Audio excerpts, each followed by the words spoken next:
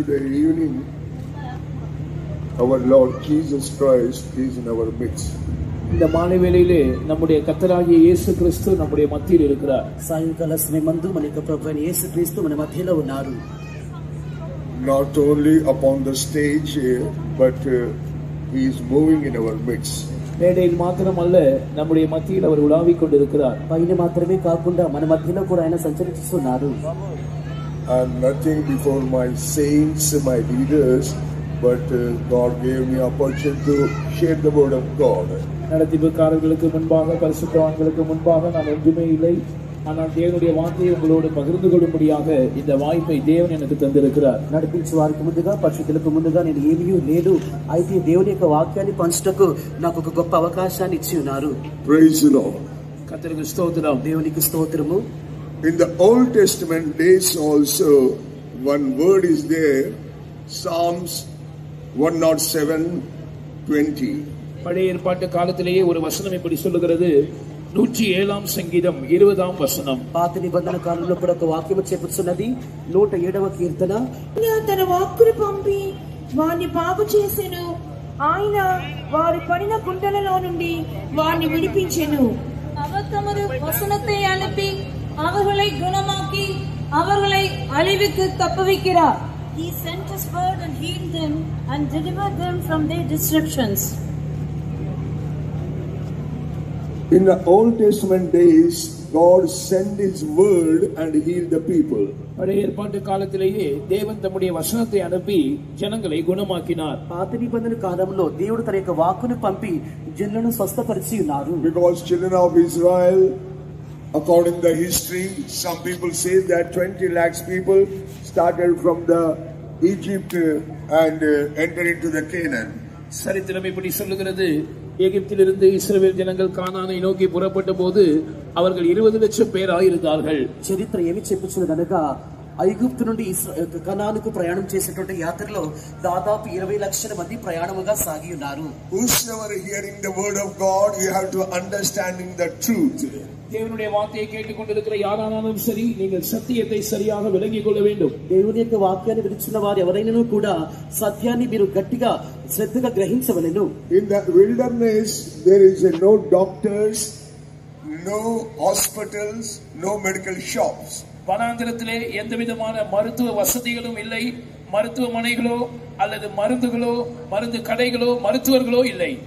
అరణ్యమందు ఎటువంటి ఆసుపత్రులు లేవు, ఆసుపత్రి యొక్క వస్తువులు లేవు, మందులు లేవు. When the children of Israel doing the sin, that time God punished them and sent the sickness. இஸ்ரவேல் ஜனங்கள் பாவம் செய்த போதெல்லாம் தேவன் அவர்களை தண்டித்தார். அதன் விளைவாக வியாதி வந்தது.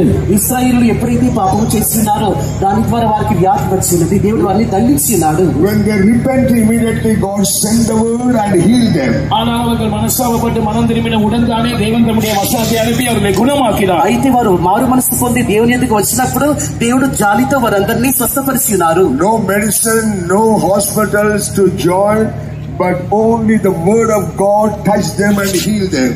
மருந்துகள் இல்லை, அவர்கள் சேர்ந்து கொள்ளும்படி மருத்துவமனைகள் இல்லை, ஆனால் தேவனுடைய வசனம் அவர்களை தொட்டு அவர்களை சுகமாக்கினது. మందులు లేవు, ఆసుపత్రులు కూడా లేవు, అయితే దేవుని యొక్క వాక్యాన్ని వారు విశ్వసించడం వల్ల ఆ యొక్క వాక్యం వారిని స్వస్థపరిచినది. When we come to the New Testament period, புதிய ஏற்பாட்டு காலத்துக்கு நாம் வரும்போது, క్రొత్త నిబంధన సమయంలో మనం వచ్చినప్పుడు our beloved Lord Jesus Christ also sent His word and healed them.